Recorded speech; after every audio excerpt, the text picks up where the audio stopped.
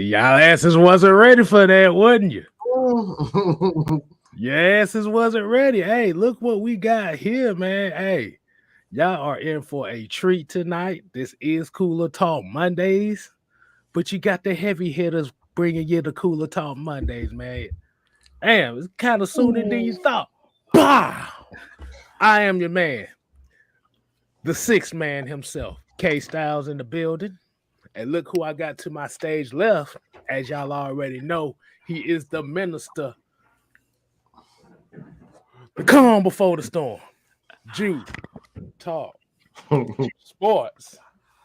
And you see down here at the bottom, it is the birthday boy himself.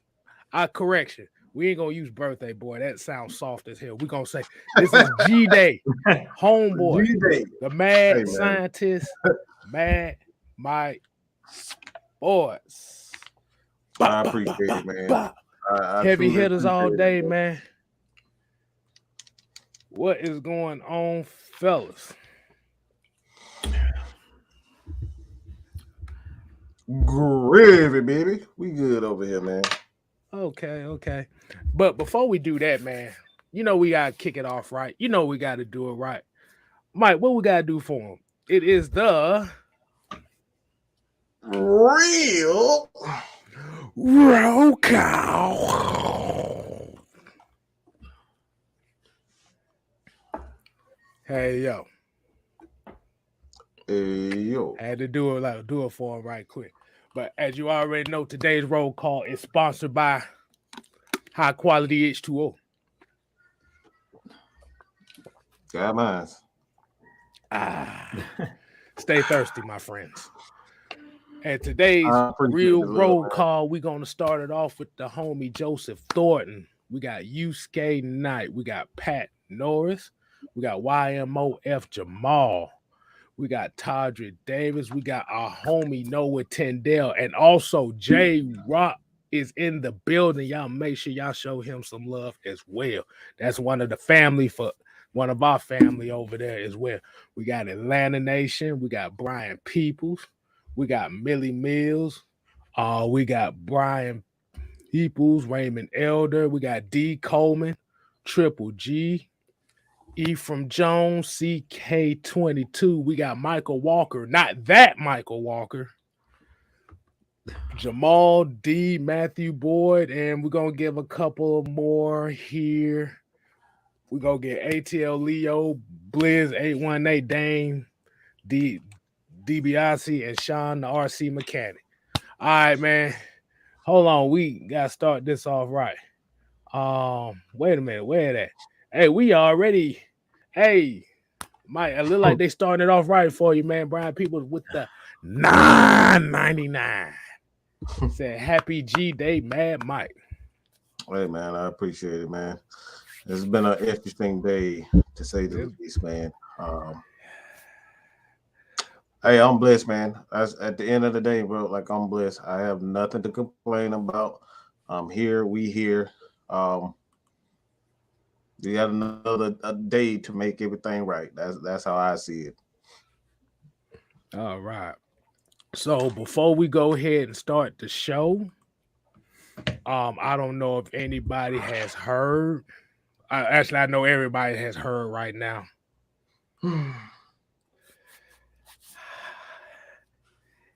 Hey yo, the bad guy is up there now. If a lot of people don't know, 63 years old, man. What do you say, Mike? It finally caught up to him, It unfortunately. finally caught up to him, man. And hey, man, he lived a hard life. But one thing I will say about Ramon, that's what I always respect him. Even though he had his vices, that man loved people. He loved the Mhm. kids. He never not gave to the kids. He will stop in his tracks just to give back to the kids. That right there is everything. You ain't gotta be perfect, people. All right, that's a myth. Does it as long as you show passion, like empathy to people, God can forgive any and everything. Don't think don't think that you've done things in your life that you're ashamed of that you can't be forgiven. This is proof that it is. I'm proof that you can Right. be forgiven. Believe that. So that's one thing I always remember about Scott Hall is that even though he, had his vices, that he always kept that one thing, that passion and that compassion for the kids, bro. He loved the kids. Oh, he loved the kids. Man, but we can go ahead and we can finish that off a little bit later. Let's go ahead and get into it tonight. As we already know, Mike, you want to go ahead and bring up the news how we want to attack this tonight? How do we want to attack this tonight? Woo! Man.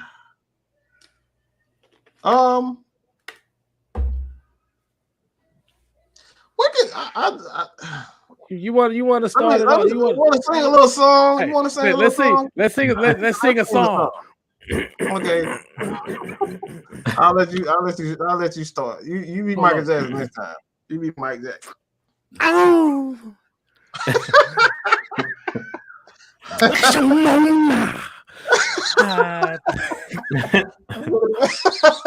You should have said it first.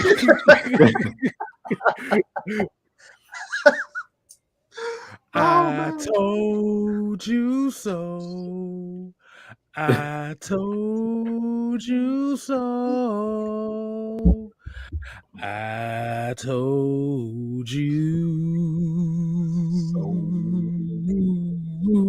so. What are we talking about? Bring it up, Mike. If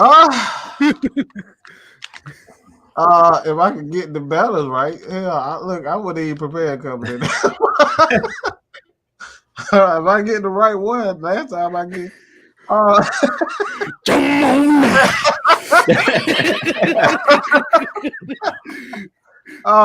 don't know which one it is, so y'all gotta win. I put all of them in there. Hopefully I get the right one. Y'all bear with me. That ain't it. Look, Damn, Mike, you messing up. Bruh, you fucking up already. Already. I'm gonna get it. I'm gonna get one all right. Mike, you fucking up already. There you go. That's the one. Is that it? That's it. All right. That's it. All right. All right. This is the prequel to the heavy hitters. All right. We gonna get it right. Just beat it. No one wants to beat Thank you, it. Karen, sweetheart. I appreciate that. I truly appreciate that. Oh yeah, let's read it out. Let's read it out with the $9.99. Carrie said, "Happy birthday, Mike. Hope you had an amazing year. Appreciate you." Thank you so much. I truly appreciate that. It's been like I said, it's been an interesting day for me. Right. So let's go ahead and read the report. Ian Rappaport tweeted out, the Jaguars are in agreement on a long-term deal with Foye Olakun.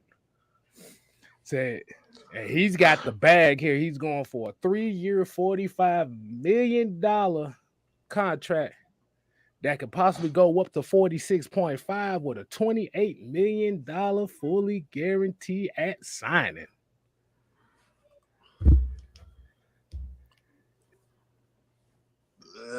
Man, I know a lot of people are sad about this. I know a lot of people have been talking, but once again, Jamona.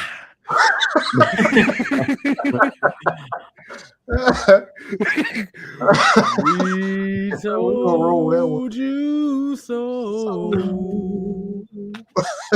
Why did we tell them so?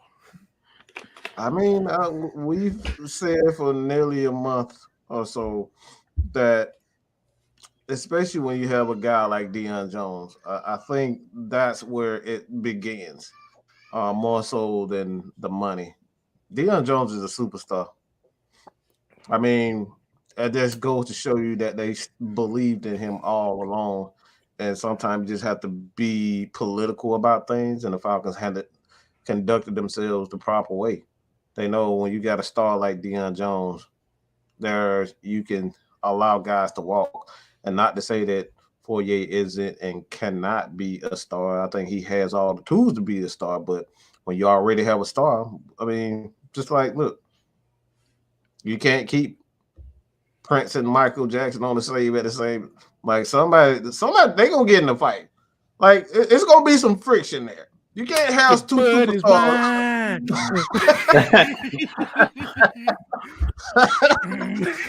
Like, you can't have that, bro. You can't have two stars on the same team like that. Like I said, it just came down to money, but more so, probably more than that. When you don't have the guys up front, the proper guys up front to stop the run or even get after the pass rusher, it doesn't make a lot of sense to pay two linebackers $10 million plus. Just not smart. So I think that's what it came down to, just business. All right, go ahead, Drew, man. You go ahead and preach us the word on what you feel about this, man. I know the people been waiting. We've said it.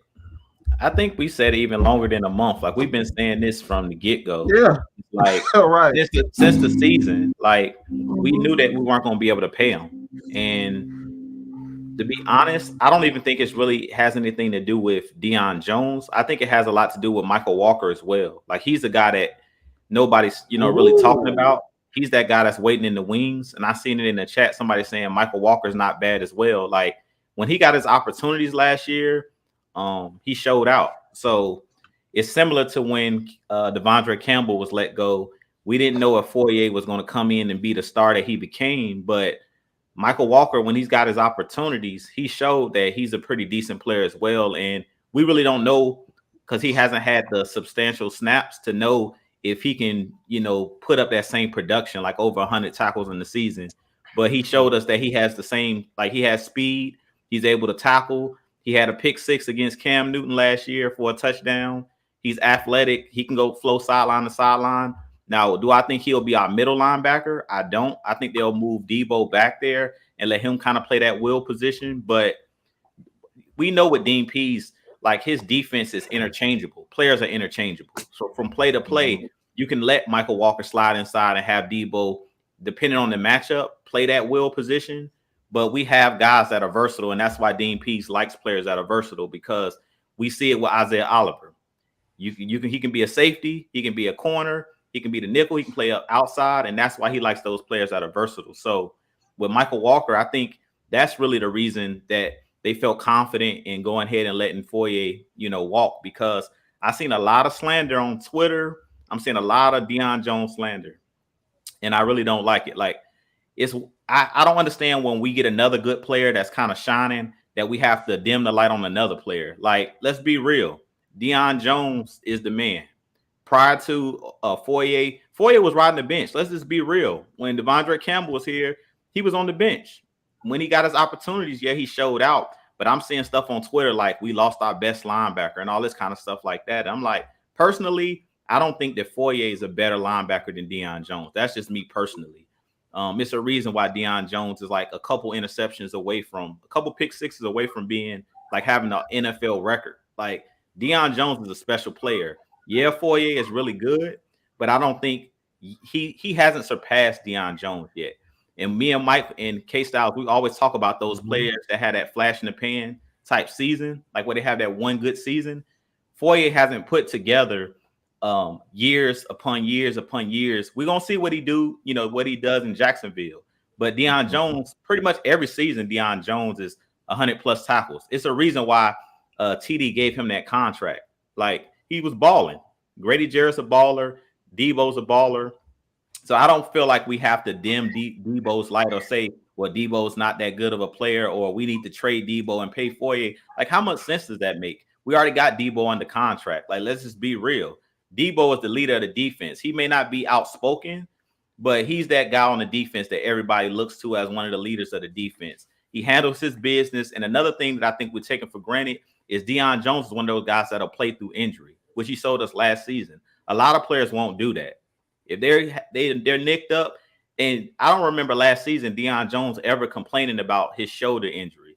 You know, it came out after the season that he was playing with a bum shoulder, but he was, you know, a true warrior. He went out there every week. I never heard him make any excuses about my shoulders tore up, I'm injured. He didn't make no excuses. He just went out there and played. And that's the type of players and kind of leaders you need on the team, especially when you're getting paid big money. So I feel like Deion Jones is worth every penny. Like, I know a lot of people talking about that $20 million that he counts against the cap, but he's earned every penny, and he played pretty much. I don't think he missed a game last season, if I'm not mistaken. So I don't see what the problem is. Like, he's just as durable as Foye, and pretty much he led the team in tackles for losses. Like, you got a guy that led the league in tackles, total tackles, but Deion led the team and tackles for losses.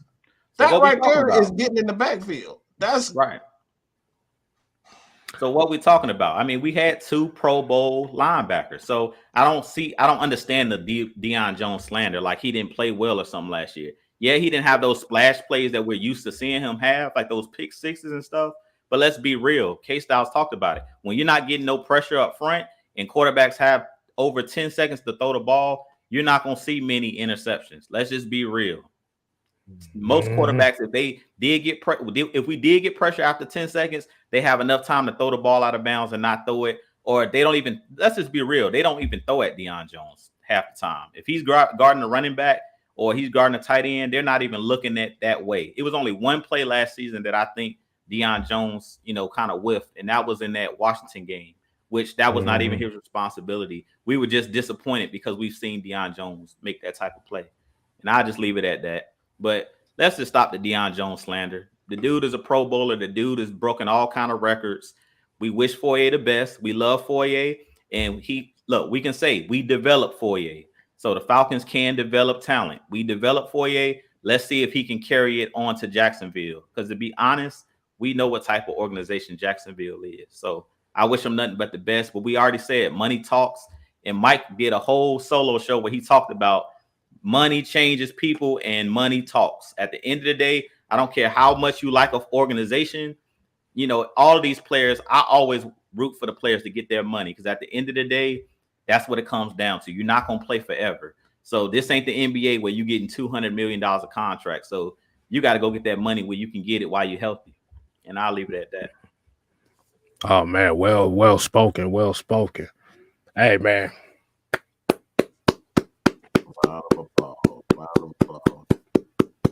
Go and get your money online, man.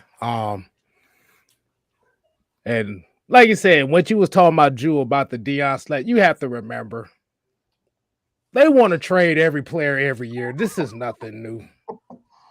Every year, man. So it's a new victim every year. Right. I mean,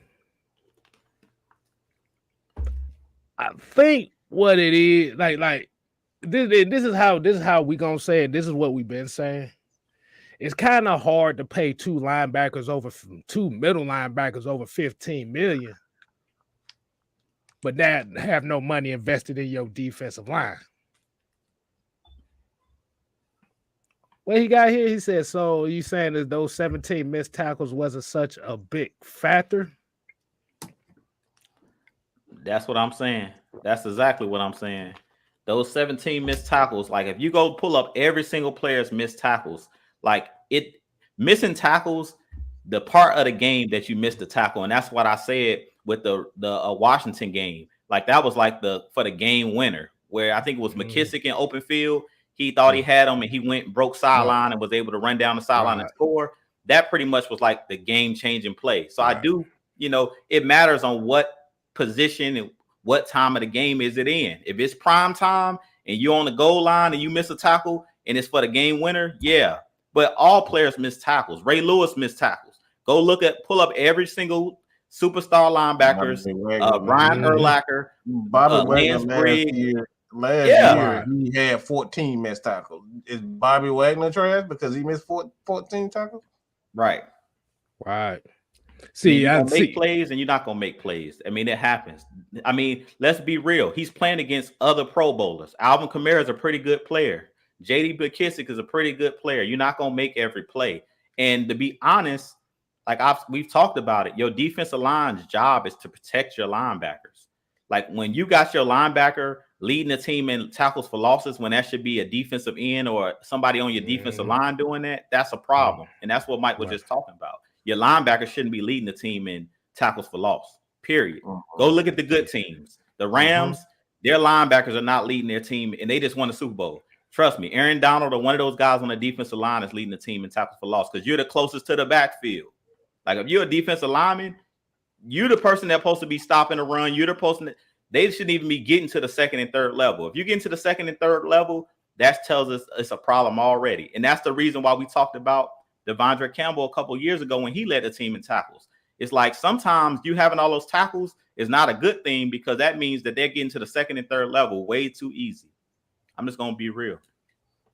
So that inflated tackle number sometimes can also not be a good thing for a defense. When you're, when your linebackers and your safeties and like I remember when Ricardo Allen was here, he was another one that had a lot of tackles. That's not a good thing when your safety got 100 tackles. That means that teams is running through all up and through your front seven. I know it, kid. Man. I know and according to my watch, 17 missed tackles. And I think you made a good point on that. It's about when it happened in the game. But even if you take those missed tackles out. Before I get to that, you're absolutely right, Drew. Actually, the tackles for losses, the leaders for the Rams are Aaron Donald and Von Miller. Aaron Donald had 19 and Von Miller had 12. Leonard Floyd is fourth behind Jalen Ramsey. But we can kind of see how corners get a lot of tackle for losses because they're essentially the boundaries. A lot of teams that like to throw those little quick screens and whatnot. So it's I can see that, but yeah, when you got your linebacker with that many tackle for losses, that means you're really not getting any push into the backfield from the edges at all. Right. And then, like you said, and by trying to trade Deion Jones, Drew said it. Mike said it. We got so spoiled with the pick sixes and the interceptions and stuff that when we didn't see it, it's automatically trade. I love Foye. Foye was one of my sleepers when he came out of this draft. I don't know how I came at the conclusion, but it happened. The thing, like I said, you can't pay almost 30 to 35 million for two interior linemen when you got no bodies up front to keep bodies off of them. It's irresponsible. That's like paying your secondary making almost $100 million, but you got nobody in your front seven. That sounds like a lot what a lot of people want. Huh? That sounds very no, it sounds like what a lot of people want now. Yeah. I mean, yeah, you're right about that. But we can talk about Jacksonville's trick. They were tricking money off of free agency today, boy. I just say that much. I'm not tricking that money. But yeah, like Foye, we not surprised. We've been saying this for a while. Like I said, you better get used to not saying Foye's name. That just means that there is a linebacker that might get drafted this year that there might be looking for. We don't know how they're gonna do it. Is it Devin Lloyd? Is it Christian Harris? Is it Quay Walker? Is it Chad Muma? Is it Darren Beavers? But they're going to definitely be looking at linebacker in this draft.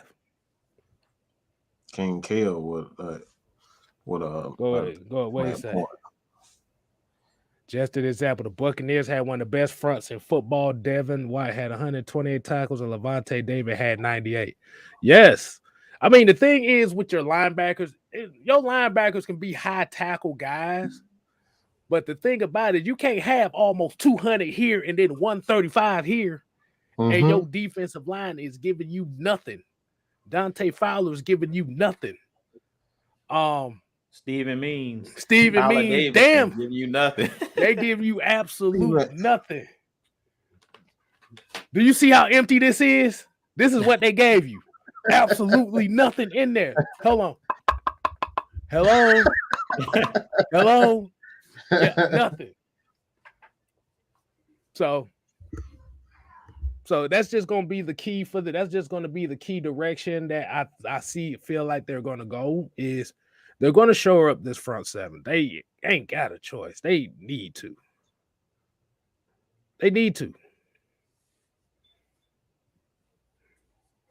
Because you can get a secondary interior linebacker. Hey, like you said, we got Michael Walker. Is he ready? Made some plays last year. He made some plays. Exactly. Like he just gotta, get more reps as far as a linebacker. Like the tackling to come. The more reps that you get, the tackle will come. So I'm not worried about that. And like I said, we know he's a terrific athlete. We know that for certain. Yeah, like I said, once he gets confident, because that's really what his issue was last year was he was overplaying a lot of angles and stuff like that. So that's why he was missing tackles. And that's kind of what happened with Dion. He was playing way too fast than he needed to. I ain't even gonna lie on that one. But yeah, they got confidence right there. If they have confidence in the Dorian Etheridge that they got on the practice squad, he may be one of those guys that they groom up to be a plug-in player here and there.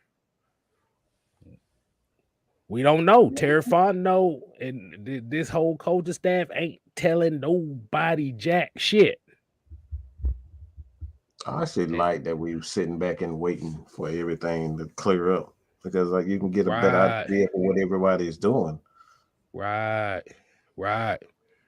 And that's the good thing about this regime. They're not giving you their hand. They're gonna let everybody else show their hands. But we're not gonna show our hands. And here I want to hit this comment right here. Tristan said 17 missed tackles in 17 games is awesome. One tackle a game. It really is not even just one tackle game. There's been a couple games where he missed multiple. So it's not technically. But when you want somebody gone that badly, you do anything to make sense of it on where you try to get rid of. And just like Dre Murphy here said, let me say it right because I ain't did it in a while. We don't damn know.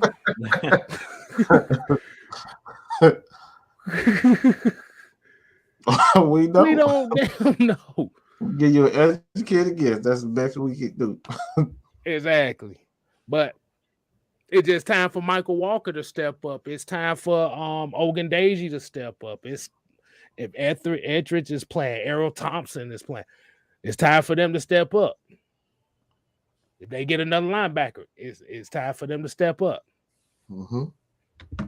But let's talk about somebody else that's throwing their hand. Let's talk about these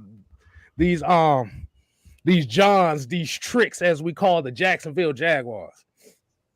What in the entire I understand you got money like a motherfucker, but bruh, you literally just paid almost $120 million for two receivers. One of them is probably little. He probably smaller than goddamn Kyler Murray is. Like you gave him.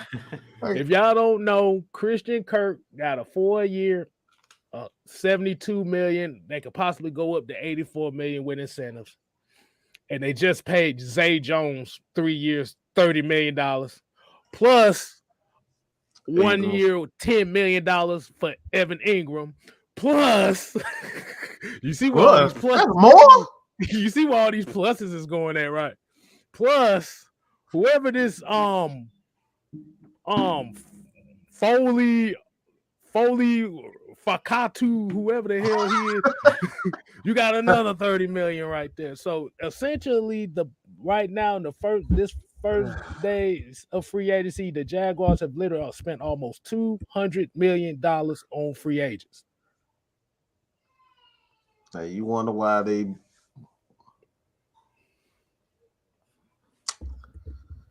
Right. I don't even know where to start. I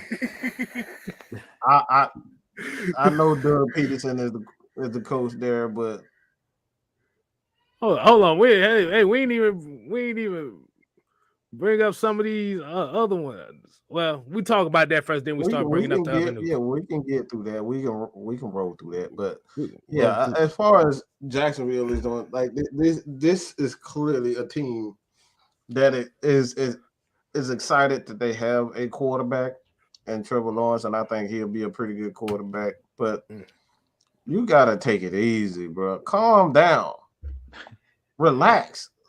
Let him prove himself before you started spending all this dang on money. Wait. Ooh. Oh, I just thought about something. What? Didn't they just pay Marvin Jones all that money last year? Mm-hmm. Yeah.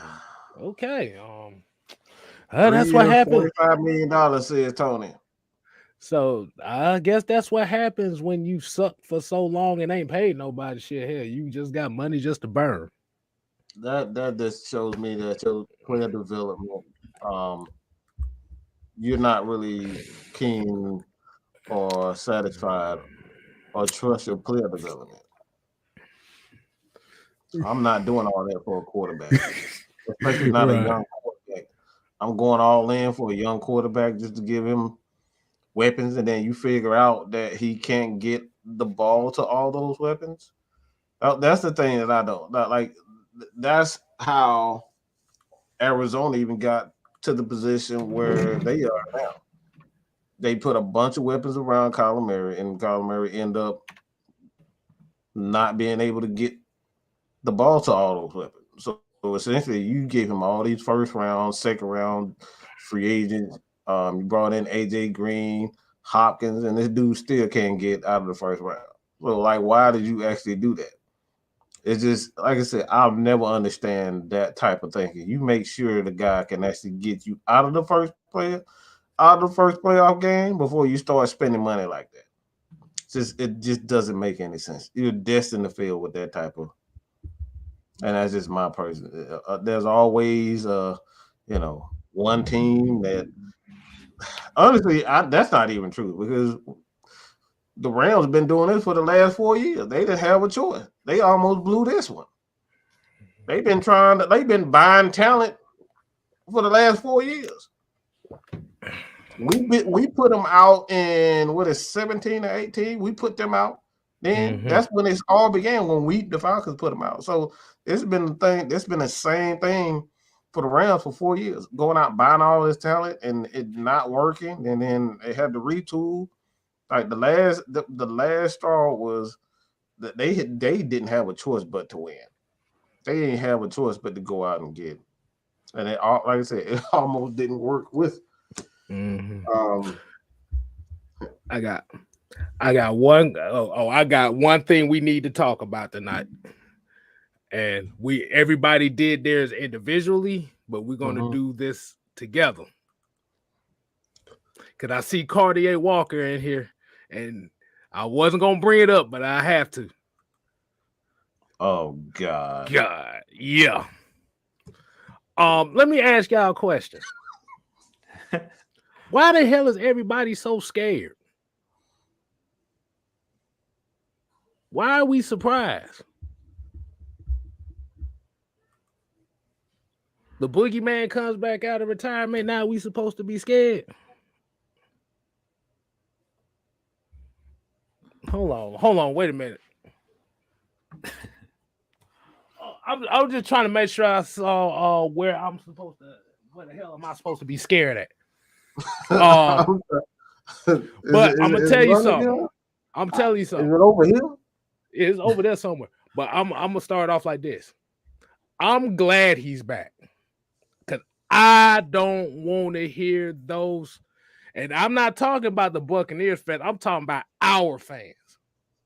Because you know what happens every time somebody leaves like that of that caliber. Oh, you only beat him because this guy wasn't on this team.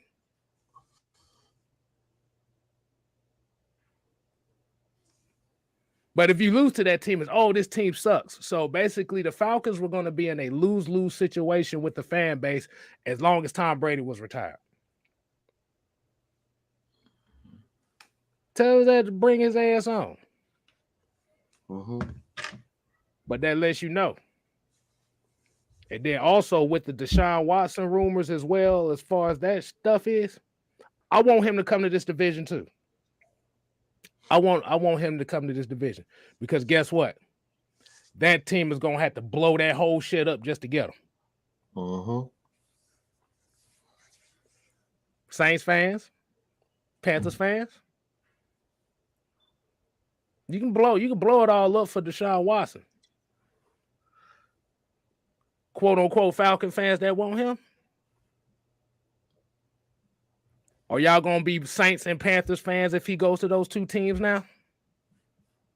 Because we got and I'm plugging this. If you follow me on Just System K on Twitter, we got the bandwagon applications passing out right now. Mm-hmm. Don't be acting like little ron-rons out here. I'm just saying. What do y'all think on that? Like I said, I'm just saying it crazy. I want Tom Brady and Deshaun Watson in this division. I sound crazy as hell for saying that, but what do y'all think on that? You don't sound crazy, bro. Like I feel the same exact way. If you guys watch my short video about Tom Brady, my thing is just like when him saying he has unfinished business, it's like, dude, you done did everything. Like, just go on and retire somewhere, dog. Hold on, can I do this one time? Can I do this one? Dre Murphy said, "Can't stop want all the smoke. He ain't never scared of my bunker. Gripping the grain." I ain't hit that in a minute. To the front, to the back, in the rain. Exactly. Go ahead, Ju. I just had to do that one time.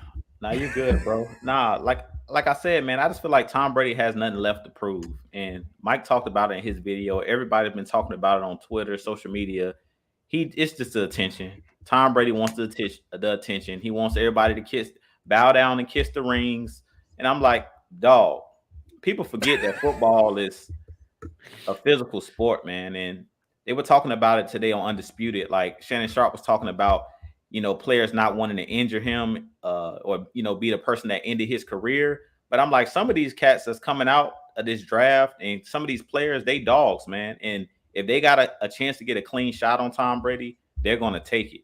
And that's how they should play it. Like, I don't care about your age. If you're out here and you pass your prime and I'm a 21-year-old or I'm one of these young guys, hey, if I get a clean shot on Tom Brady, I'm taking it if I'm a defensive player. So I feel like Tom Brady is kind of taking that, like, I'm invincible type deal. I think he's taking that a little too far with, I want to play until I'm 50 and all of this kind of stuff. Like, at the end of the day, we know that these guys are mutants. Did you guys see Jordan Davis running his 40? When you got somebody that big, 6'6", 360 pounds, 50 pounds, running a 4.7, 40. Man can accidentally break your collarbone, bro. Exactly. So I'm like, at the end of the day, I talked about it in my video. Like, I'm not saying that Tom Brady's going to get hurt. I'm knocking on wood. You guys know I wouldn't wish for injury on nobody. But at the end of the day, I think with him talking about I can play forever, I want to play till I'm 50, I'm invincible type deal. I don't care how much pliability and all of this stuff he doing that he working out. I don't care how much avocado ice cream you eat. At the end of the day, and we're seeing it with LeBron James. We're seeing it with LeBron James. Like, at the end of the day, Father Time, it taps everybody on the shoulder. I don't care how well he can spin the football. At some point, he gonna have to call it a career. And that's how I feel about it. I'm really worried about his safety. I mean, you've seen some of his offensive linemen retired. So when it comes to Tom Brady, I'm just like, walk away from the game while you're still fully healthy. How many guys have we seen get injured or don't leave 100% healthy where they can walk away from the game and have the rest of their life, to be with their kids and their family? He has nothing else to prove. So that's why I feel like I would never tell somebody to walk away. But at this point, I'm like, what are you proving? What do you have to prove at this point? Now, for the Falcons' sake, I would love for us to get revenge on them because we've never beat Tom Brady. So we get 2 more cracks at him. And like K Styles was saying, if we did win the division and he was gone and Drew Brees and Sean Payton is now left, we know the first, all of the Matt Ryan haters, the first thing they're going to say is, well, everybody was gone when he finally won. So this is a great opportunity for Matt Ryan and for the Atlanta Falcons to go through the gauntlet. So the same thing with Deshaun Watson. Bring him on. We're not afraid. Like, I feel like Matt Ryan, he relishes playing the best of the best. He wants to beat the best of the best. So at the end of the day, with the Deshaun Watson thing, I think the biggest thing that people are not paying attention to is chemistry. And that's something that we always talk about here on the channel as well. He has no chemistry with those guys over there in Carolina. He's a great player, but people are forgetting he missed the whole season. So he's going to be a little bit rusty. And then I don't trust that coaching staff over there with Carolina. Just to be honest with you guys, I'm not a huge fan of the head coach for the Carolina Panthers. I think that they made a mistake with letting go of Ron Rivera. Personally, I think Ron Rivera was the better coach. But, we'll see. I think Deshaun Watson is a great player. I just think that he's not going to be able to do it in his first year. That's just me personally. It's going to take that initial year for him to learn the system. It's going to take that time for him to build chemistry with those wide receivers and build rapport with that offensive line. So I don't feel like you can just drop him right into Carolina and right then they're contenders. Like, it's going to take time.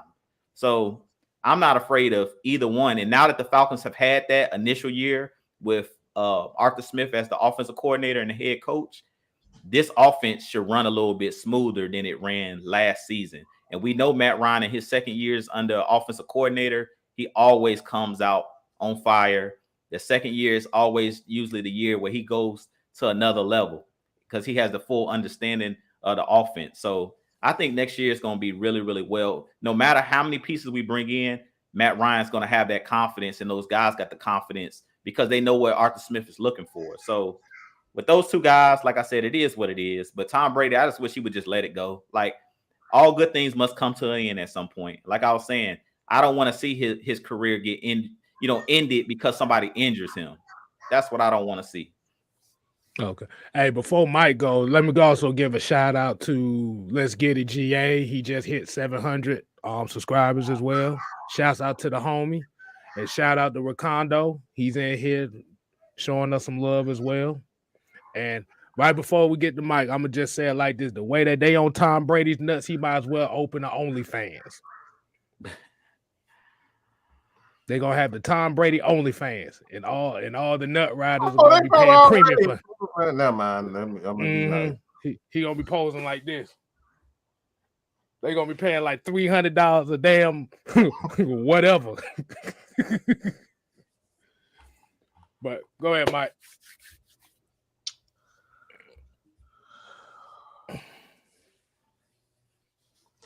I'll say this. I have a mentality of being a defender. That's just me personally. Even when I played quarterback, I still had that. I'm a whip you. I'm a whip you, boy. And especially when I feel like you are disregarding my skills. That's when you disregard my skills and you try to act like, I just suck. Oh, I'm gonna make sure I elbow you in the mouth. I'm gonna make sure I hit the crown of that nose. That's how I played basketball. I played basketball differently. I was a 6'3" guy, but I like being in the post. I like getting dirty. I like elbowing people. I like playing defense. I love playing defense. I love playing defense. Wasn't the biggest dude, but I love getting physical. Why am I saying that? It's because we got these little prissy quarterbacks who just been taking I just take everything for granted. We see the same thing with Kyler Murray. He just think it's just a damn joke. Just like, oh, it's easy. $50 million. Can you pass in the dang on pocket? And you asking for 50 million. You can't even see over the line, but you asking for 50 million. This is the arrogance of these. It's the arrogance of these quarterbacks. It's just killing me. And from a defensive player, they gonna get tired of that. I'm telling y'all. I'm mark it down. These players, these defensive players are going to get tired of it. One thing about defensive players, I said it over and over and over again. You see it with guys like Aaron Donald. When LT said it before I could say it, but when Aaron Donald, when that offensive line on the sideline pushed him, I said, oh hell, what the hell did y'all just do? I swear, as soon as he got pushed, Aaron Donald just that dude hulked the hell up, and they could not do nothing with him from that point on. So I feel as though that a lot of these players are just like looking at him and just like, bro, what the hell are you talking about unfinished business? What do you mean? Unfinished? Bro, you 45. You did everything. Everything. Hey, look. I think he realized. Ryan Clark tweeted out here like, man, there must be some badass kids at the house. That wife getting on it. That wife getting on his damn nerves or something. Like, shit, I can't handle this. He's talking about unfinished business. Like you got your ass whipped. Huh? Yeah. What you mean? You done beat everybody 2-3 times over. What more do you want? And that's greed, is arrogance. But like I said, one of these players are going to get tired and they're going to hit that knee. Like I said, I'm not hoping that it happens, but you can't keep heat. Like I said, one thing that I did not like this year when I was like, yeah, this dude is an ass. When he said defensive players are idiots. When I heard that from him, that right there was like, yeah, it's a ticking time bomb. And you can't say that thing. You cannot say that to defensive players. And they're going to take a cheap shot at you. I promise you, his cheap shot is coming. But it's all warranted because these guys have worked hard. They get hit on a play-to-play basis. He doesn't have to go up against these 300-pound guys almost every play, 400 or 500 plays a year. That's not what he has to do. So you get these guys, these linebackers, these DBs, they get a chance, and then they see in the stuff, the little ugly smile, that smirk, like, bro, I swear, I'm so serious. That's the most disrespectful smirk. It's so disrespectful because it's like he know the NFL got this hard on for him, and he's just gonna milk it and milk it and milk it. I have no respect. That's what it's no respect for his peers. There's one thing about Kobe Bryant. Yeah, they know they stars. LeBron, they know they stars. But it's they did not have that arrogance. It's like, yeah, I'm gonna do what I want to do. I can smile. I can do whatever I want to do because the NFL love me. Ain't nothing you can do about it. That's what I see when I look at his smirk. That's what I see. Those are the things that they're talking about. And like I said, players will get tired of that stuff. Like I said, he know it. He just sit there and smile and smile and smile. And it's just, like I said, it's not one of those, I know I'm good smile. It's like, I know I'm entitled. I know they going to love me regardless of what I do, what I say. That stuff, what he did to Antonio Brown, it was disrespectful. You might not like it. You might not like Antonio Brown, but come on, bro. Antonio Brown wasn't crazy this time. I wouldn't have did all that, taking your shirt off and all that. That crazy as hell. I mean, it's 30 degrees. Like, what you doing? But he didn't take up for him. He thought in his head, I don't need him anymore. That's what he was really saying to Antonio. I don't need you anymore. We good. We good without you. Like I said, those are the things. He's a user. He uses people. He's manipulative. And that's why I see behind that smirk. It ain't got nothing to do with his football skills. I still think he's one of the best quarterbacks to ever play the game, but his ego is beyond anything I've ever seen at any position. Right. And I want to hit this comment right here. Haku Marana. I know we kind of hear that. I know we're gonna probably hear this a lot from what we said. Said, why would you want to face Watson and Tom Brady? Why would you want to face guys you know you can't beat? Why not? Because according to Falcon fans, if these two type of quarterbacks ain't in this division, their wins mean nothing. If you want to be the Why best, would you not be the best? Like that's you got to beat the best. That's the whole purpose of. Woo! You got to beat the man. And plus, it would be no fun. I'm not saying a guaranteed victory even if they weren't there. Mm-hmm. But just for our sake, why would I be scared to face two guys like that? I know Deshaun Watson can run. I know he's a very good young quarterback. He's one of the best young quarterbacks in this game. Mm-hmm. Why I gotta be scared? Break. His body needed this break, but exactly. Why would I be scared of him?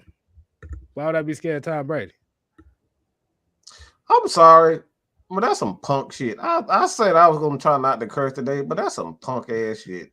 What the hell? Like why? Like why is a man saying why would I want to play? Huh? I saw this a couple times. As another man to say, why would I want to face Tom Brady? Like, how? It go back to that invincible mentality I was talking about, Mike. The NFL done pumped Tom Brady up so much that people think this man can't lose when we just witnessed him losing against the Rams. Did y'all see him getting beat up in that game? I didn't think he was going to make it out that game alive. They bust that lip. That boy was bitching and moaning about that busted lip. I tell you that much. Like I said, man, I just wanted to see that man walk away without having to limp away. Because that first half, the Rams was getting after that man. I was like, all right, yeah, that's enough. And then in the second half, all of a sudden, they put the camera on Tom Brady sitting on the bench like in the Super Bowl with his head down. And all of a sudden, it looked like the Rams players just lightened up on the defense. I know y'all y'all talked about it after the playoff game. Yeah. Like everybody's seen it's just like Mike was talking about. You seen that Aaron Donald went Thanos mode after he got in that little scuffle in the Super Bowl. So you tell him he couldn't do that in the second half of that Rams versus Bucks game? Right. Like you could tell them guys let up. They let up in the second half. Exactly. So let's just be real. Okay, we got a $2 super chat. $2. Jerron Wade said, I'm glad Foye got his bag from the Jags. Definitely. Absolutely. Like you said, especially when you coming from a 6th-round pick, you really don't know if you're going to really see that kind of bag like that. So when you play well and you get that bag, you take it. That's how you go. Opportunity. But I'll get y'all opinion on the possibilities of Deshaun Watson being in the NFC South. Because we already hearing rumblings that the Browns may be also interested, which is the team that should have drafted him in the first place. But I digress. Baker Mayfield's trash. Yeah, I said it. Baker Mayfield is absolute dog water. So they got to literally give up the farm to get the quarterback they should have drafted in the first place.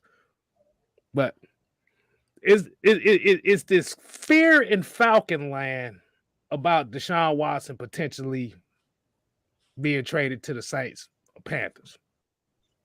Why do you think that is? Anybody can start off with that.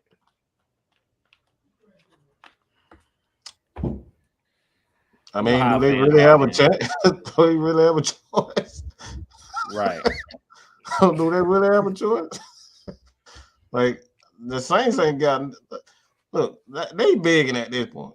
They some bums on the end of the corner. That's what they doing. They begging for anything. They ain't got a choice.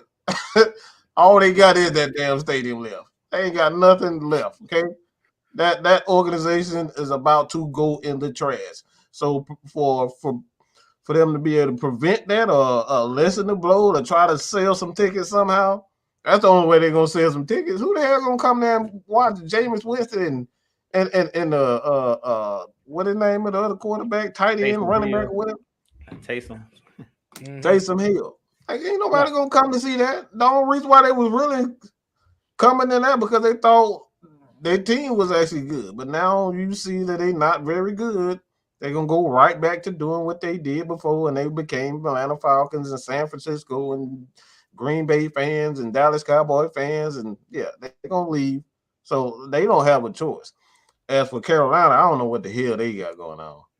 I don't know what they're doing. I just let you take it out. I don't know what's wrong with Carolina. Can't make their minds up, so I don't know what's wrong with them. I was about to say, didn't they just trade for Sam Darnold last season? What was the point of that? Back for whatever reason. It then ended up with Cam Newton back. he screwed the pooch, and they brought Sam Darnold back, and now they want Deshaun Watson. Mm-hmm. I'm like this: if they want him, go on, take him, blow your team up. Mm-hmm. Fine with me. I'd rather take my chance on a younger guy that I could pay less for. But I'm just saying. Go ahead, Jay. I mean, like I said, it's all going to come down to chemistry when it comes to Deshaun Watson. I mean, if we didn't have Matt Ryan here, I like Deshaun Watson a lot as a quarterback. I think he's a really good quarterback. On that, could be an elite quarterback because he was playing at a high level prior to him getting suspended, sitting out because of all of the investigations that were going on. But like I said before, I'm not really worried about either one of those teams, Carolina or the Saints, because of coaching. Like how many times we said when we had Dan Quinn here, coaching matters. Like Sean Payton, as much as we hate the Saints, Sean Payton is one of the smartest offensive minds in the game. So you bring in a Deshaun Watson. Is there somebody there that's like Sean Payton? Because their defensive coordinator took over as the head coach. So is it somebody there that can teach him that system, that can actually groom Deshaun Watson? And the same thing with the Panthers. Do you really believe in Coach Rule? I don't believe in that dude that they brought from Temple. I just don't believe. To me, he can't groom quarterbacks. That's just my personal opinion. I don't like him. I think he was better off in college. Let's just be real. Like he hasn't done anything since he's been in the NFL. So to be honest, I think that we have the better coaching staff out of the two. So like I said, coaching matters. Even if you have the players, is it somebody there that can actually help Deshaun Watson get to that level? You know what I'm saying? Losing Sean Payton was huge. Even for Drew Brees, like if you look at Drew Brees' career prior to going to the Saints, like Sean Payton was instrumental in making Drew Brees what he actually became. So I think that losing him was a huge blow to the Saints. So even if Deshaun Watson goes there, it's going to take time. They're going to have to, build that chemistry. So it doesn't matter. I don't think it's going to be like a year one Tom Brady with the Bucks. You pick it up and that team is a playoff team. Triple G here says Saints shopping for Watson are the same people going to the dealership with a 400 credit score trying to get a 2022 red eye. Ain't never lied about that. But you ain't got no dang on money. What are we talking about? Well, that's a lot of mortgaging you have to do. Like I said,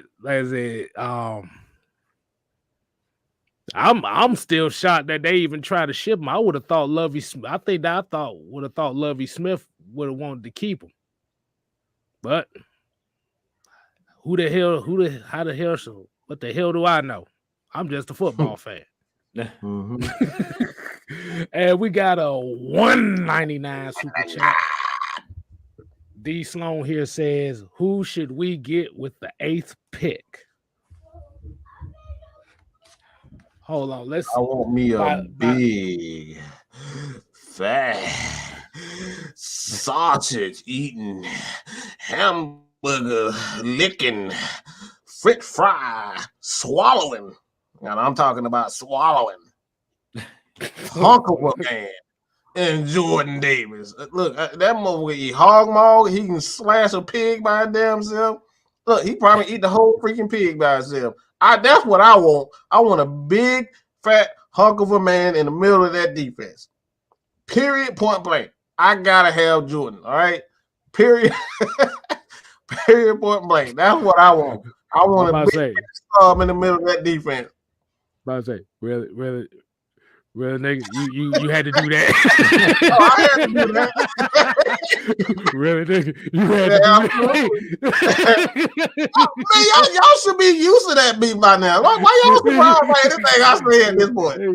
That's hilarious. That shit is hilarious. Okay, y'all should be surprised by anything I say. Okay. So I'm gonna read. Okay, so by looking at what this schedule is looking like this year, it might be Jordan Davis just by looking at the schedule by itself. I don't know, like I said, but that's just me. But like I said, is that one of those things where what would be the option for this team? You know what? I'm not even gonna put that in the air because if they do, they're gonna come back at me. They're gonna come back at me like, God damn it, K-Styles, no, you didn't just right. They did it.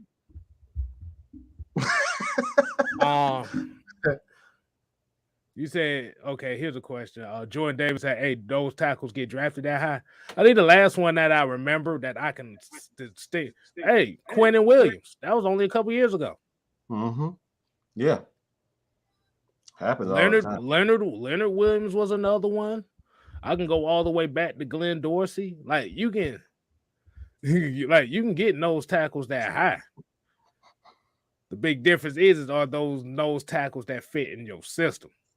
Vita Vea was another one too. He was a Vita Vea, yeah. Like he's an athletic nose. That's why I say like we gotta stop looking at he's just a nose. No, he's athletic. You don't see that type of athleticism at that position. Like if you have not I just picture this. If you ain't had one of your 300-pound friends laying down on you and you ain't but 170 pounds, don't tell me that a nose tackle don't mean nothing. We're talking about wrestling, okay? We're talking about wrestling when we playing football and wrestling. Get your mind out the gutter, people. Good God. I was starting to have flashback of them big guns I used to mess with back in the day. Oh, man. I was like, yeah. That's why I'm strong now, because I had to toss they big asses around. Hey, anyway, back to what you were saying.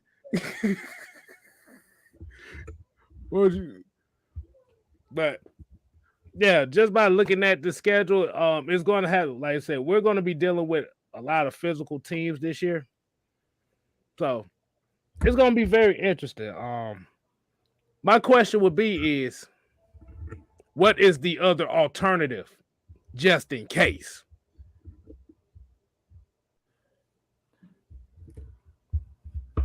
That's the one thing nobody else is really thinking about. Because you gotta have a plan. If one doesn't work, then the other one comes in, and then you got plan B and plan C. I think it depends on who's left on the draft board. K-Styles. I tell you one name. I'll be damned. It'd be a damn corner at that high, because this team doesn't need another corner. Yeah, you got 5 of them already. You saw 2 of them play very well last year. A corner is not going to help with a 2,200 yards given up on the ground. Corner's not going to help you with 18 sacks. I think we're going to sweep the board, K-Styles. It's Jordan Davis. And I was leaning towards him, Kevon Thibodeau, but what actually finalized my decision on Jordan Davis is Tom Brady coming back to the division. Like we know Tom Brady is really not affected by the edge rush. It's the push up the middle because he just likes to step up in the pocket. And being that the Buccaneers are the team to beat in our division, like he's the quarterback that we're trying to beat. If we want to win the division, you're going to need that push up front. And pairing Jordan Davis with Grady Jarrett, that's going to be key for the Falcons to be able to get that push right up the middle. And Jordan Davis does numerous things for your defense. Not only can he be a pass rusher because we've seen he has the athleticism, but also he's going to help remedy stopping the run. So to me, he's going to have the biggest impact because he's a force multiplier, as they talk about. He's not only a good player by himself, but he makes your whole defense better and he makes other players better. How much better does a Kevon Thibodeau make you? I mean, he can win one-on-one matchups, but say like he's coming off the edge. You can chip him. You're not going to be able to chip Jordan Davis and in the middle and Grady Jarrett, both of those guys in the middle. So I feel like he's going to have the biggest impact on everybody around him. He's going to be able to help stop the run. He's going to be able to free up Grady Jarrett because right now Grady Jarrett is playing that role. So I feel like Jordan Davis is the key guy. And I seen on Vosh's channel, Vosh Lombardi, he's a guy that loves the Cowboys, but he does great film breakdown. He said basically Jordan Davis is a role player, but he stars at his role. So he's not a superstar, but he's going to help everybody else. And we know in basketball and football, you need that role player, that person that you can rely on. You need that role player that's going to, like, that's what Grady's been missing. He doesn't have that Robin. He doesn't have that person that's going to do the dirty work. So I think it's Jordan Davis just for the reason that Tom Brady's back in the division. He's really not affected by the edge because Tom Brady's going to get that ball out of his hands within 2 seconds. So you need somebody big, 6'6", that can throw his hands up. When Brady try to throw a quick pass, he's right there in Brady's face, and they can push him, and Grady Jarrett can push that pocket. You can go out and get an edge rusher later on in the draft, maybe in the second round, because this draft is deep with edge rushers. But I don't think it's another Jordan Davis in this draft. Like, you miss Jordan Davis because he's going to be a first rounder regardless. If we don't take him, he's not going to be around in the second round because of the combine. The way that he showed out at the combine, I wouldn't be surprised to see the New England Patriots take him. I wouldn't be surprised for the Eagles to take him because the Eagles got 3 first-round picks. So we're going to have to take him at 8 if we really want him because somebody's going to take him because of how he showed out at the combine. If he didn't show out at the combine or if he didn't work out at the combine, I thought that he may drop late in the first round or second round. But to me, he was the biggest winner at that combine because of his 40 and because all of the short shuttle, all of the different things he did, he proved that he's a pass rusher. Like, believe it or not, at his size, he's really flexible. He's fast. All of the things that they say he couldn't do, he proved them wrong at the combines. And then he has a tape to match. So I think Jordan Davis would be a home run if we were able to get him because we need somebody that's going to be able to help Grady and make everybody else better around him. I mean, just bringing in one edge, we've talked about it. Okay, say we get a Kevon Thibodeau. Who's that other guy on the other side? We keep talking about that. We had John Abraham. Then on the other side, we had Corey Bierman. Like, let's be real. Like, having that one guy is not going to remedy the whole defense, but having that nose will help remedy a lot of problems. And that's it. I love this quote right here. If 2 are on me, then somebody is free. Eyes use is free. That's it. Picture Grady Jarrett one-on-one. We know Grady Jarrett can win one-on-ones. Just picture him having multiple one-on-one opportunities in crunch time. Like I said, you don't have to play him in the entire game like that. You just play him in crunch times and bring him in on third down and make sure that Grady Jarrett gets a one-on-one or whomever the edge rushers is get those one-on-one opportunities. That's why you bring them in. That's why you have a solid rotation. So everybody is fresh at the end of the game.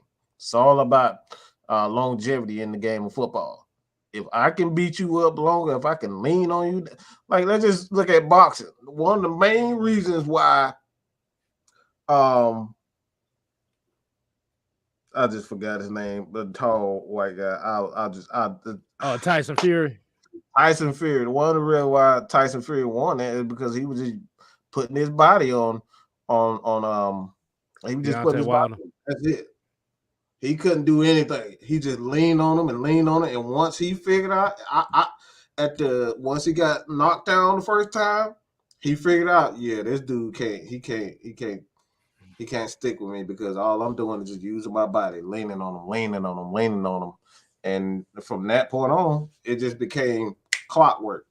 It came clockwork. It got easy work because when you got guys that big at the end of the game, it get tiresome, bro. You get tired of trying to fight off these big old guys, and that's how they end up winning. That's how Aaron Donald wins at the end of the game because his endurance is just so it's insane. He's strong, he's fast, he's quick, and he can keep going. That's what makes him so good.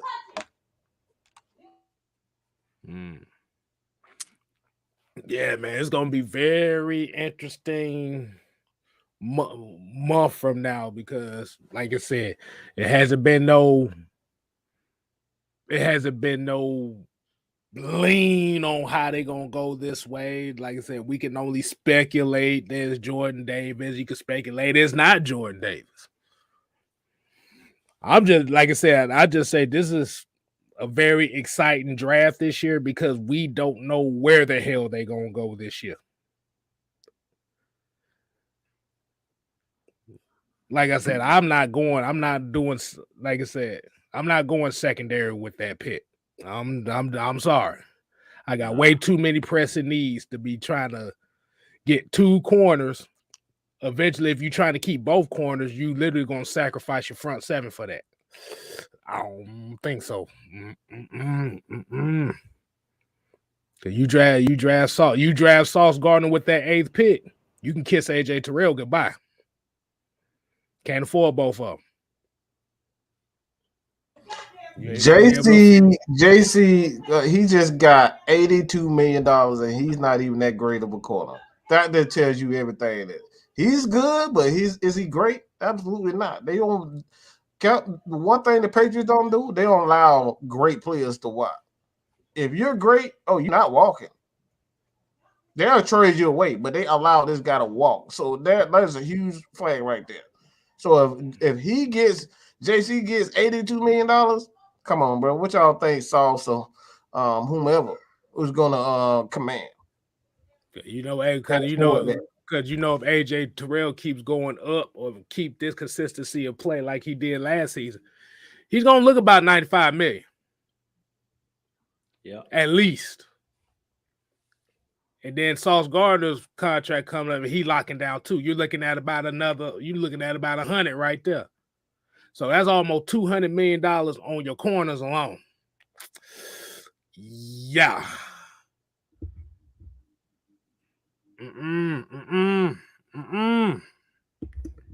Like you said, K-Styles, we got to learn from our mistakes. We built our last defense back to front. We got to start front to back this time. Right. We can't afford to go back with those guys in the secondary. We got to have those guys up front. We just got to have it. And if you look at the teams that are consistently winning Super Bowls, we've talked about it. You had the Rams this year, Von Miller, Aaron Donald, Leonard Floyd, rotation of guys they can bring in. You look at the Buccaneers. We all talk about Tom Brady, but you got JPP. You got Ndamukong Suh. You got Vita Vea, who just got the bag. They went out and drafted Joe Tryon. Like, they got a rotation. So, I mean, the teams are showing you. If you just watch what other teams do and just copy, as they say, it's a copycat league, they're showing you the teams that consistently win, even teams that consistently get to the Super Bowl, they have those guys in the front seven. You got to have that front seven. Look at the Bengals this past year. They don't have no great secondary. Chidobe Awuzie from the Cowboys. Like, come on. Oh, yeah. That secondary is, their secondary is not all that, but they were able to go out and get Trey Hendrickson. They have those guys up front. Hubbard, they got BJ Hill. They just re-upped. I mean, they got those guys in that front seven. Those two linebackers that they have. So that front seven is everything, man. Hey, look. That's why I was throwing this the whole time. Because you can have two shutdown corners, but if the quarterback has 8 to 10 seconds to throw the ball, them corners can't cover for more than 4 seconds. Not with today's rules. Hell no. Ain't no more clutching and grabbing.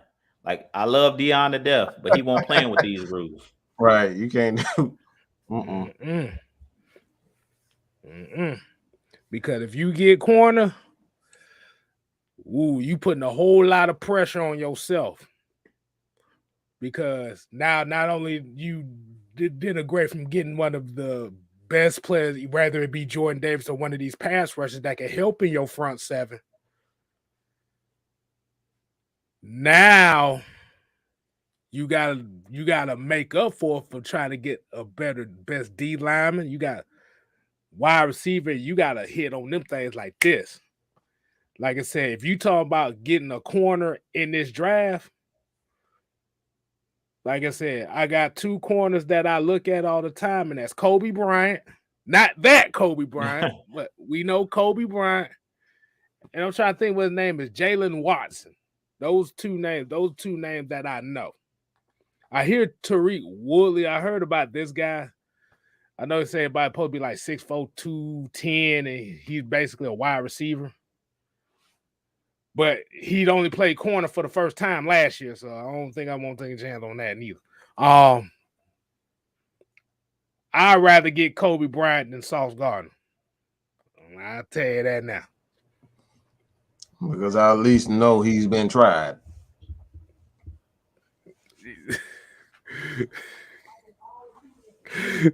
These motherfuckers had games against Army and Murray State. We talking about him with the AP? What, like, huh? Who he playing? Bruh, hey, look, bro. Everybody talked so much shit about AJ Terrell when he got drafted by him getting beat by Jamar Chase in the national title game. And guys in the NFL getting beat by Jamar Chase. Exactly. Come on, bro. This man went to the Super Bowl his first year as a rookie. Right. And he was making everybody look bad. Right. Even Jalen Ramsey in the Super Bowl. Right. but we basing it off Sauce Gardner holding down Jameson Williams for 2 catches in a playoff game. That's what they really basing it on. That's really what people are basing it on anyway. They're not really basing it on.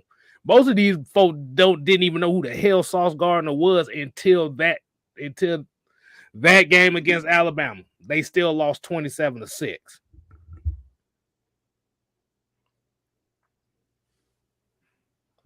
And they really won't going at him, to be real, K-Styles. If they really went at him, he really won't test it in that game. Like, that's not really even a fair assessment to say, well, he did his thing in that game. Yeah, but Alabama realized that what we were talking about, their front can't hold up against our front, so we're just going to run the ball down their throat. That's pretty much what they did to Cincinnati in that game. So that's exactly what we're talking about. You can have as many lockdown corners as you want, but if you can't stop the run, it means nothing. And the game that I point to when I always talk about not being able to stop the run is that game against Buffalo last year. If you go look at the game we played against Buffalo, if you go back and watch that game, we were getting picks left and right. I think we picked off Josh Allen like 3 or 4 times in that game. Oh. And what did Buffalo do? They started running the ball, running quarterback power, running the ball because they realized they can't stop the run. So why are we even trying to pass? Exactly. That's the game, right? That's the only game you got to go rewatch. Go rewatch the game when we played Buffalo. This is the question that you have to ask them. What's the use of having a lockdown secondary if the other team is going to run the ball against you if you can't stop the run? Oh, there's a name I haven't seen in a while. King Hajale. What's going on? Yeah, I man? Was looking at that myself. Yeah. And I want to also get shouts out to Bridget and Joseph. You know, them two of our lookouts. So definitely appreciate it. And Floyd Donnelly. Bridget is a firecracker, boy. She a damn firecracker, boy. She'll slap the shit out your ass on sight. You see when she came on, boy, them headphones, she was about to slap the hell out that sound, boy, because that sound wasn't working. All right. But yeah, Floyd Donnelly said, yeah, I actually have lost. Yeah. Weight update. I'm now officially 267. Wow. Dang. Yeah, people. Yeah. He was about 300. Nah, All right. I wasn't. There's a I lot of wasn't people. about 300. I was about when I first started this AFN thing. I was at 330. Wow. Actually, I was at That, 330 the beginning of last year. Actually, yeah. That's amazing. Good God, bro. Good, but that's for real. That. It's hard for me to gain weight, so I know how tough it is to lose it. I got a reverse problem. oh Lord, your little brother already talking shit, Mike. I see. I already see. Never stop.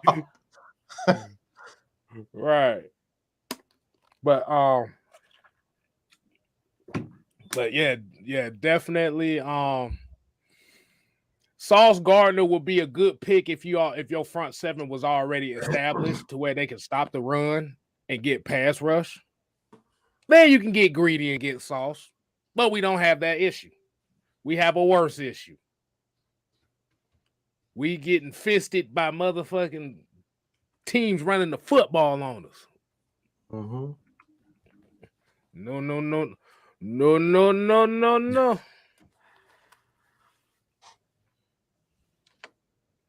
But Kind of.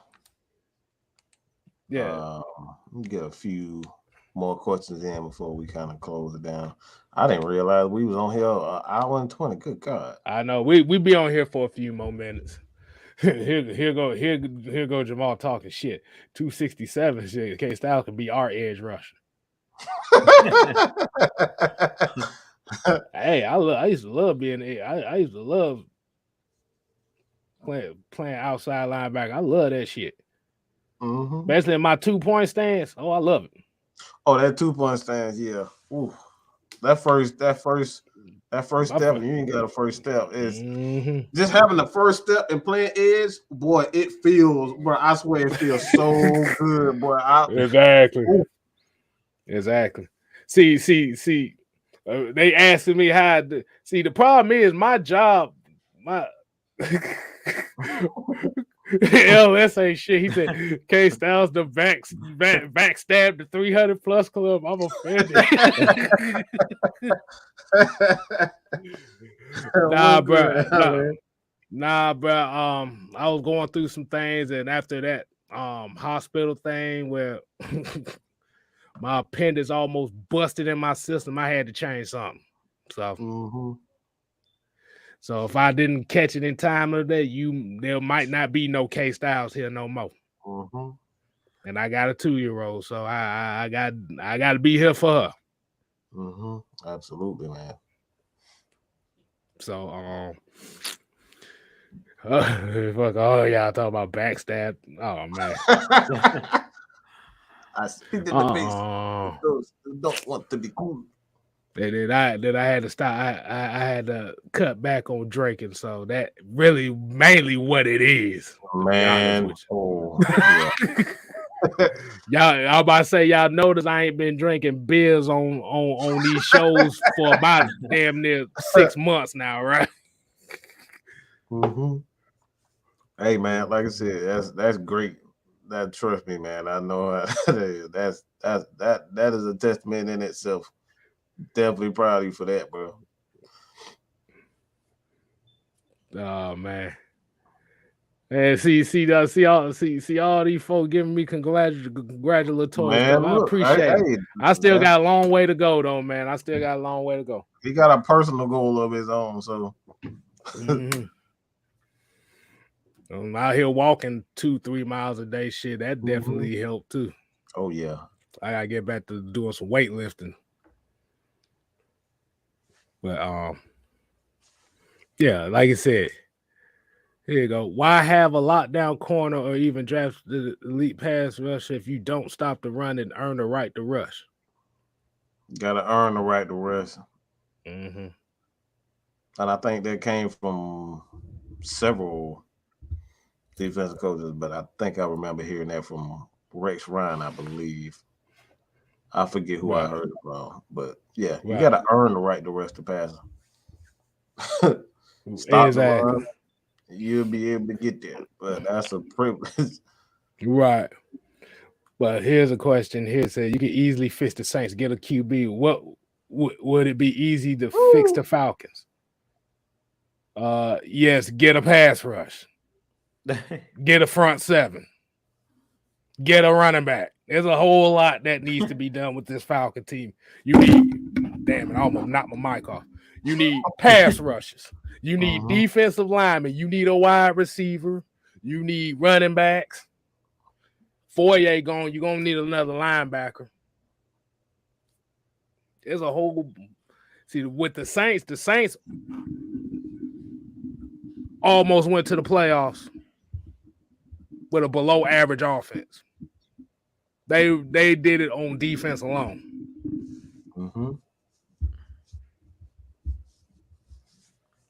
Let me do it one more time. Yep. Defense. Defense got to be able to play defense and run the ball. Control the clock. The Saints figure that out. Controlling the clock is the answer to winning games. You got to be able to control the clock. They control the clock for passes and defense. Right. Exactly. It's not like I said. And even if you do get those things that you get, it's still not a guarantee that you'll goddamn succeed. You got injuries you got to worry about. You got to worry about player personalities when it comes to coaches. We saw it with Julio Jones. He saw this new coach staff. He said, fuck this, I'm out of here. We did. Didn't even get a man a chance. He was just, I'm gone. Exactly.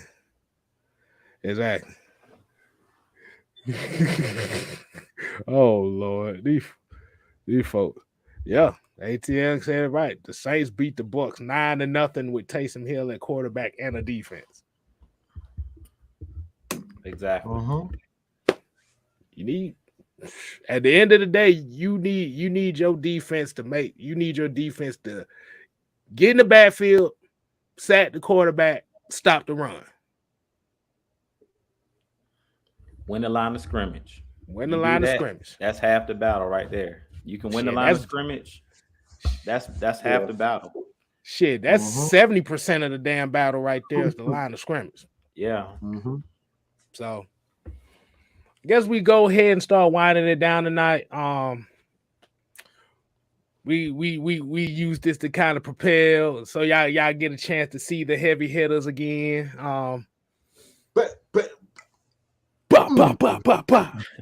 You get to see the new heavy hitters intro and stuff like that. You know, boy been doing some things out here.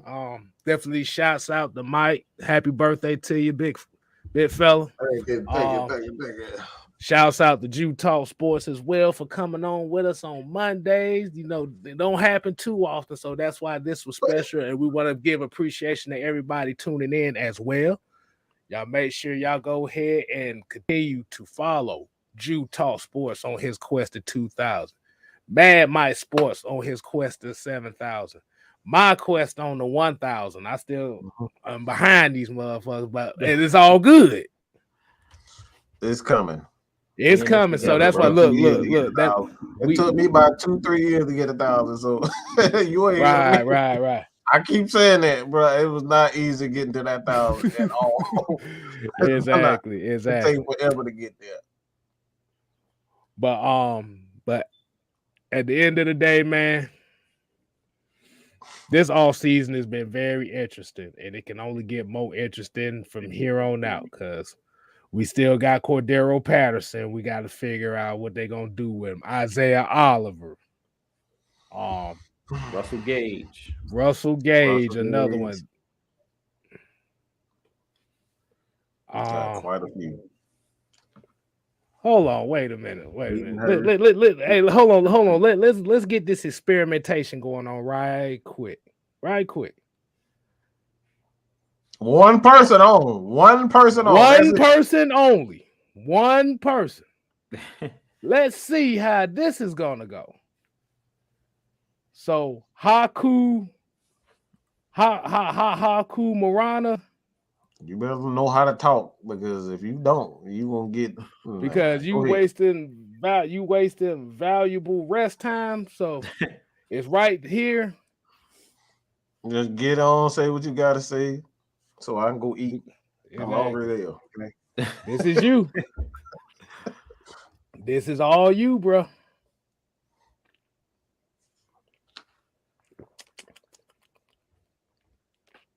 This is a do do do do do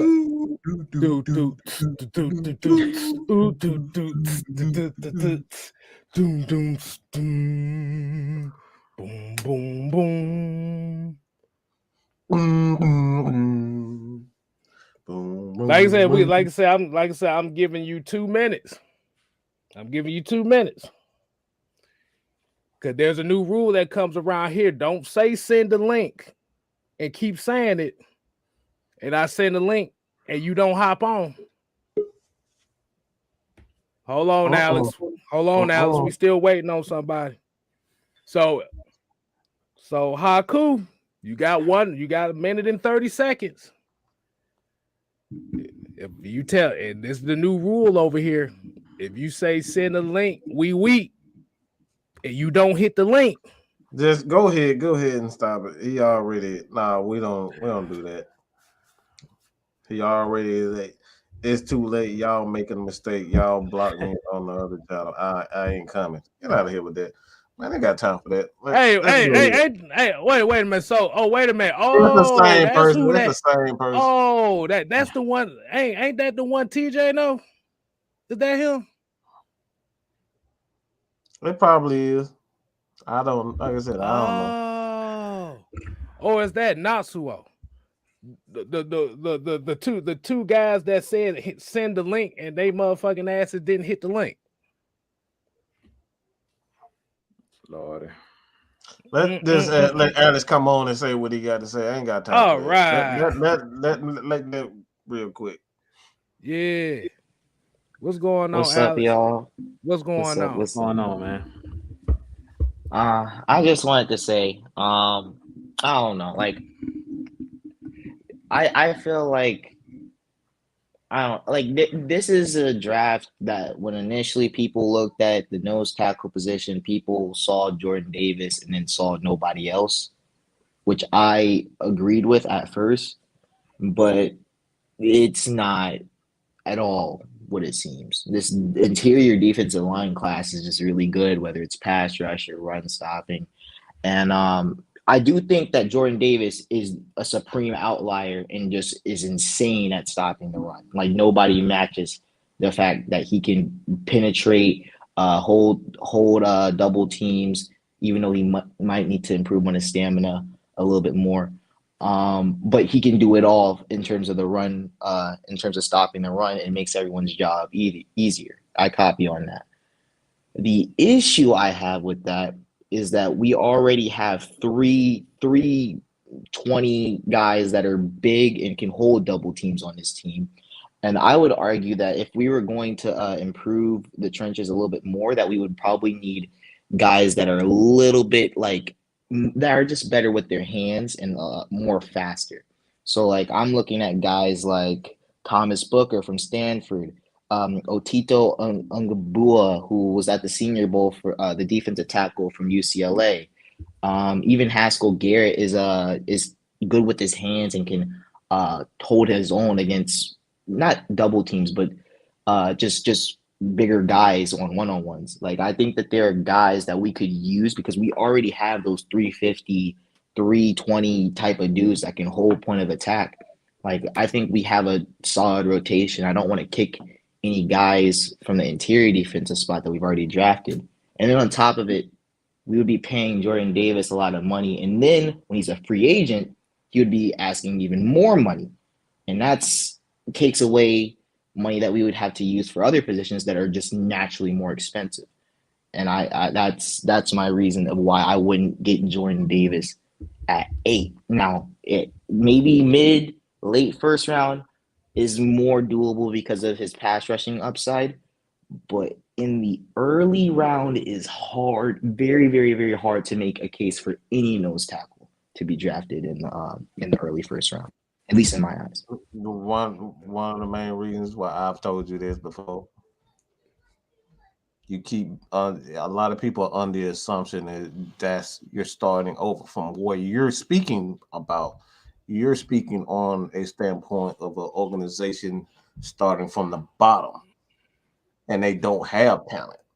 When you have talent, Jordan Davis highlights everybody else. So the Falcons aren't in a position where they don't have a Grady Jarrett, a Dion, or AJ Terrell. So when you have those guys already, and you bring in a guy like Jordan Davis, that's why it's like, wow, all right. It's a lot different from a team that doesn't have stars on their team. We have 3 stars on our team. How can you get the most out of those 3 stars? Is where we are. We're not Jacksonville where they don't have guys. Jacksonville doesn't have. So if I'm Jacksonville and they're in our position, I'm not taking Jordan Davis. Mm-hmm. But we already have stars. So getting the Jordan Davis, like, whoo, I can free up Grady and I can free up Dion to just let them wreak havoc. Right. But so you're not wrong. You're not wrong. It's just the Falcons are the regular, they're not your typical top 10 team. They're a lot better because they have those guys. Right. But we're going to save this conversation for another day. Like I said, continue to support everybody. Utah Sports, Mad Mike Sports, 6-Man K Styles. Be on the lookout for what you got Wednesday, Jew. Go ahead and say it. What's the word, Dirty Bird, at 8 p.m. Y'all tune in. Look, we might have some special guests. So y'all tune in. Caw-caw! Caw-caw! Your boy 6-Man Convo on Thursday and Friday Night Madness as usual. Until next time, we ain't here to play. We here to stay. You ain't got to go home. But you got to get the out of here. Deuces.